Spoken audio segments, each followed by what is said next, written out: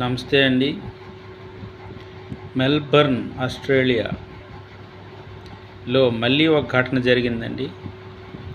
అక్కడ స్వామినారాయణ్ టెంపుల్ అనే ఒక హిందూ మందిరం ఉందండి. దానిపైన కొంతమంది వైట్ ఫాసిస్ట్స్ అనాలి, అంటే రేసిస్టులు అనొచ్చు. వాళ్ళు స్వామినారాయణ్ అనే హిందూ మందిరంపై విచక్షణారహితంగా రాళ్ళు విసరడం, తర్వాత ఏది దొరికితే అది వాటితో ఇసిరి ఆ కోవిల్ని డ్యామేజ్ చేయడం అయితే జరిగిందండి. దీని మీద ఇన్వెస్టిగేషన్ జరుగుతోంది.